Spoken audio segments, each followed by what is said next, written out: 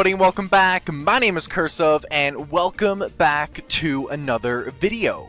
Today we are here to do another segment of Is This Viable?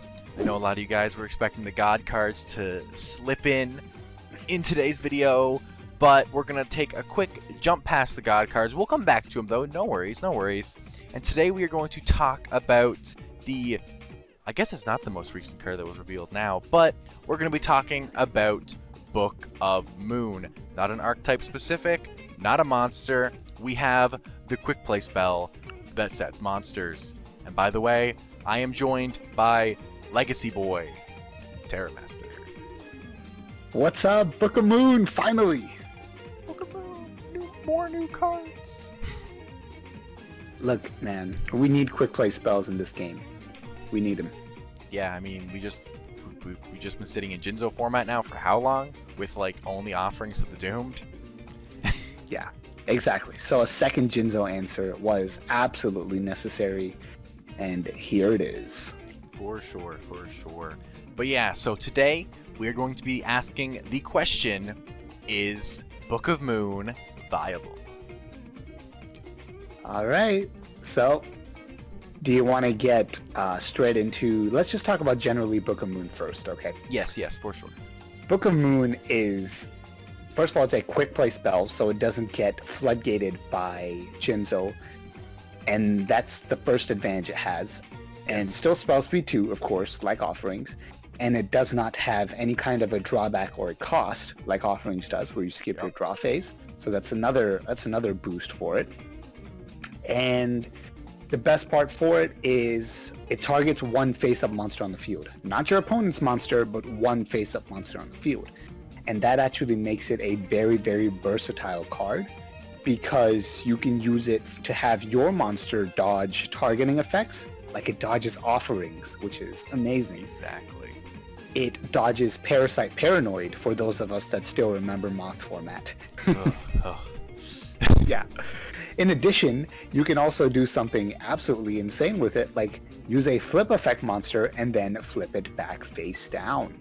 Exactly. So, yes. It has a lot of utility, like you said, dodging two very, very prevalent cards in this format currently, resetting flip effects, also reusing things like a Gravekeeper's Curse effect, potentially removing a Wonder Wand from a opponent's monster by setting it. It has a lot of fantastic utility, and yeah. Yeah, I mean, it removes any equip card from an opponent's monster, really. So any kind of an equip strategy you can just pretty much just get rid of right away. Yeah. And then obviously the big counter, which we talked about at first, was it flips that YuGiOh face down, which can really make your traps live, which is really cool, because there's this one interaction where Nightmare Wheel can target a face down YuGiOh. Yeah, and then you can just lock it there, keep that YuGiOh set, burn them for it. It's fantastic. Yeah, I think it's the perfect format balancing card. Like, if we would have gotten it at the same time that we got YuGiOh, I think the format would have been a lot healthier, but anyway, let's not get into hypotheticals. Yeah, if only, but alas. But yeah, so I guess I want to go ahead and jump into the deck list that is being featured in the duels showing up on the screen right now for you guys. That deck is the Gravekeeper Flippy deck, made by Terramaster himself. That's right. Thank you. I came up with the name myself too, by the way. Gravekeeper Flippy, because I thought, who takes advantage of set monsters? Gravekeeper's Oracle. Like, what have Gravekeepers done that's been meta relevant in speed duels? They've used a burn variant of their deck. So you mishmash all that together and you come up with this, which is, you have your Gravekeeper's Curse, you have your Oracle. Obviously, every Gravekeeper deck has to have Recruiter. You have your Book of Moons. You have additional YuGiOh counters, because the 6 is a good amount to have. Yep. So you have your Offerings as well. And then you have your tons of traps, which is what made Gravekeepers kind of die once YuGiOh came out. But now that you have 6 quick play spells, we did think that it would be like viable, to use the word that's in the title of the series, once again. And as you'll see in the background, it did okay. Yeah, it definitely did okay.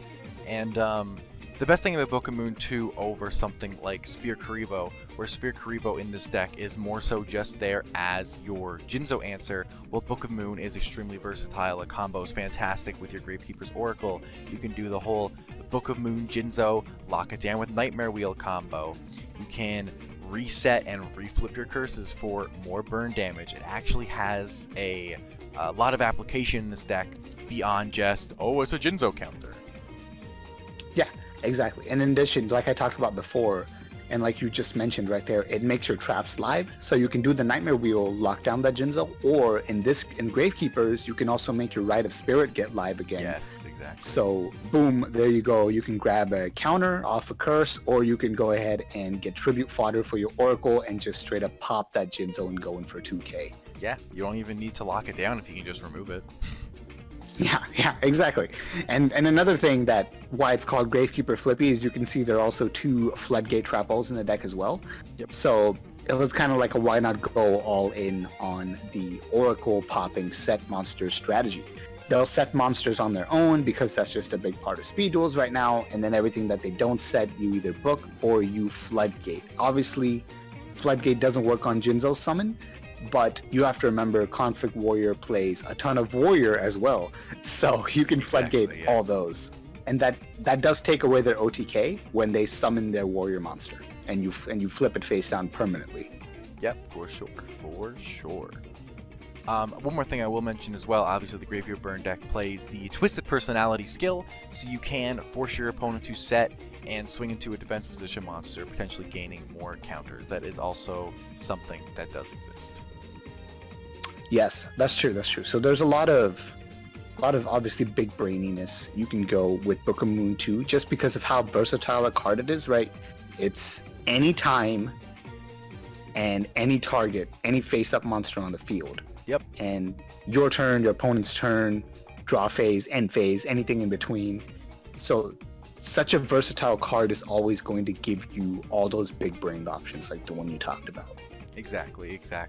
So moving on here into matchup-specific uses for Book of Moon, let's go ahead and start off with the one that Gravekeeper Flippy actually won, that being versus the Conflict Warrior deck here. So yeah, I'll let you go ahead and start us off. Why is Book of Moon good versus Conflict Warrior? Do we need to reiterate it again? One more time. Sure. One more time. Yeah, one more time. Because as you may know, Conflict Warrior's boss monster in the current format is something by the name of Jinzo. Jinzo serves as a floodgate, which for those of you who aren't Yu-Gi-Oh nerds, a floodgate is not Floodgate Trap Hole. If I was to talk about Floodgate Trap Hole, I would say Floodgate Trap Hole. Yes. A floodgate is something that negates or stops the play of a certain type of card. So for example, Jinzo locks down all trap cards. So Jinzo is a floodgate for trap cards. There's my Yu-Gi-Oh trivia of the day. But yeah, that's pretty much it. It's a hard counter to their boss monster, which specifically in any deck really, but specifically in this deck, which relies so much on its trap cards, to make your trap cards live again, especially good, but even in general, having 6 answers to your opponent's boss monster that not only puts it into defense like Sphere Kuriboh would that you mentioned earlier, but it puts it face down where its effect is no longer active. So you get more than one benefit. And unlike Sphere Kuriboh, which literally that's its only job, Book of Moon, like you mentioned with how to use it to gain counters for Twisted Personality, can be used in a ton of other ways. Exactly. It's extremely versatile. It's going to counter their Jinzo. It's going to counter their offerings. Because, yes, even though they have access to Book of Moon, it doesn't change the fact that they're still definitely going to be on offerings as well. And you can just say, hey, how about no? It's a fantastic card overall. Yeah. And just being able to counter their primary strategy, stopping their whole big Jinzo play, OTK, is extremely, extremely relevant. And the fact that Book of Moon alone can actually bring a deck that Conflict Jinzo killed back into existence is honestly amazing. And not just back into existence, it won. Yeah, against Conflict it's good. Warrior. Yeah. So, I mean, and you may be saying that Conflict Warrior gets access to Book of Moon as well. But here's where I want to get into with how this helps some decks more than others, is that Gravekeeper is a control deck, right? Yes. And Conflict Warrior is an OTK deck. Now, something like Book of Moon, flipping monsters face down, doesn't help a control deck. Doesn't help an OTK deck at all, right? It's because an OTK deck wants to be as aggressive as possible, and flipping monsters face down, A, either puts your opponent's monster into defense, which means you do less damage, or B, puts your own monster face down to protect it from something, which means you still failed your OTK. So in that, it helps a control deck a lot more, in that its purpose is to survive an OTK, or to use it strategically to gain control of resources and of the field. Exactly, and Book of Moon is obviously going to be very useful for conflict in a mirror match, for example, but going up against a Gravekeeper burn deck, Book of Moon does not help much versus this deck at all for conflict, so it's a lot more viable in the Gravekeeper burn strategy than in the conflict strategy, like Terramaster just mentioned. Right, and same thing with we go to the other prominent OTK deck in the format, which is Moth. So it doesn't really help Moth, right? Because what's Moth going to do? Dodge its own Parasite? That doesn't make any sense. So it really helps a control deck that's playing against Moth to dodge the Parasite, because in case you don't know exactly how Parasite works, when Parasite targets one of your monsters, if you chain something like Book of Moon to flip it face down, that Parasite no longer has a target to equip to, since you can't equip to a face down monster. So Parasite goes directly from the hand to the graveyard. So never became a spell, so it cannot trigger, it cannot summon a Moth from hand. Exactly, so that's the best way to make that Parasite completely fizzle. Yes, they'll still get their Pot of Greed side of the skill, but think about it as half their skill is now gone.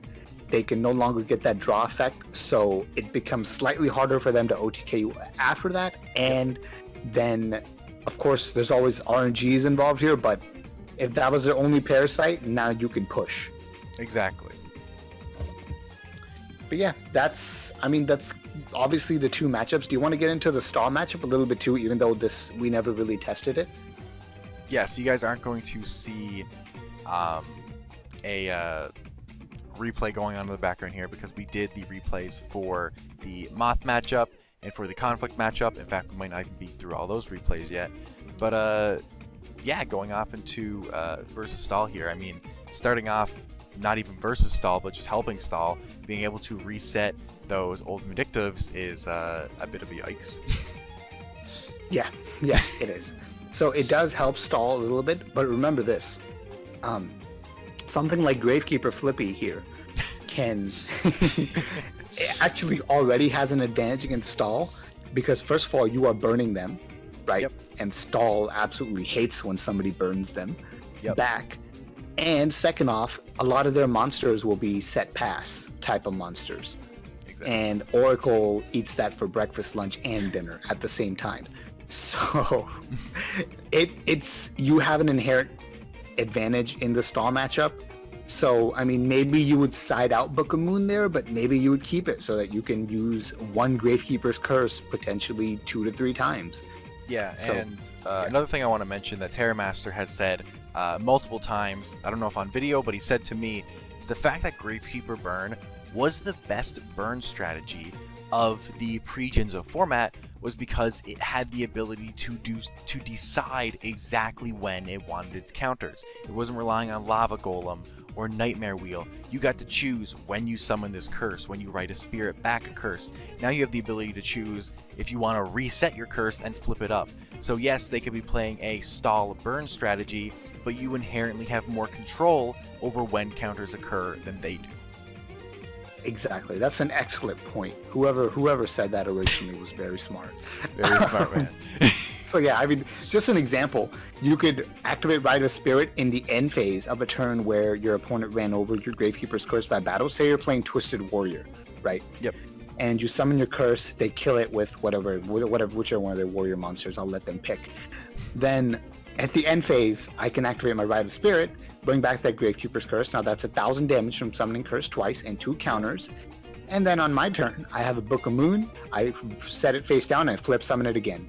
Exactly. And then I have 3 counters, so now I can do whatever I want with Twisted Personality. And then if I drew an Oracle, I now have an amazing follow-up to that.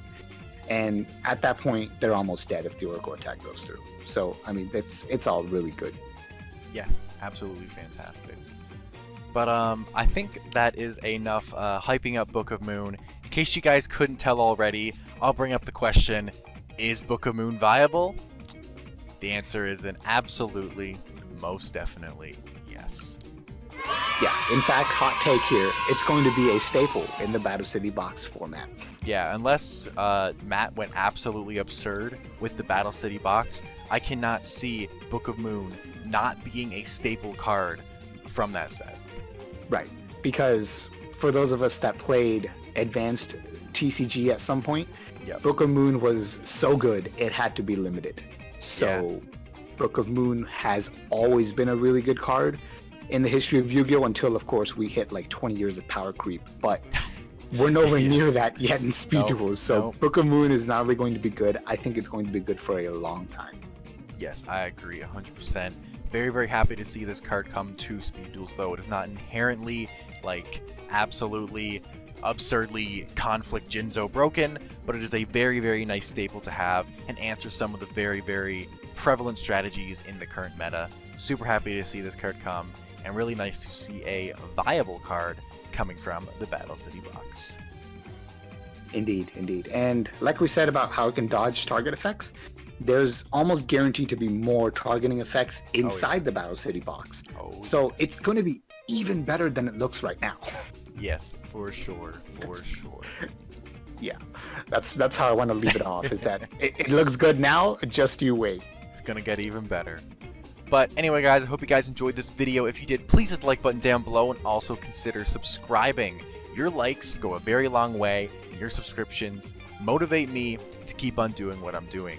Also, just head down to the description right now. You guys will find a link to YuGiOh Legacy's both YouTube channel and Discord. I highly recommend you head over to both those places. They do a lot of fantastic stuff over there, both Terramaster and Lucas. And yeah, definitely head over there. But anyway, I'll catch you guys not tomorrow, but the following day for another video. That's a wrap, guys. Peace.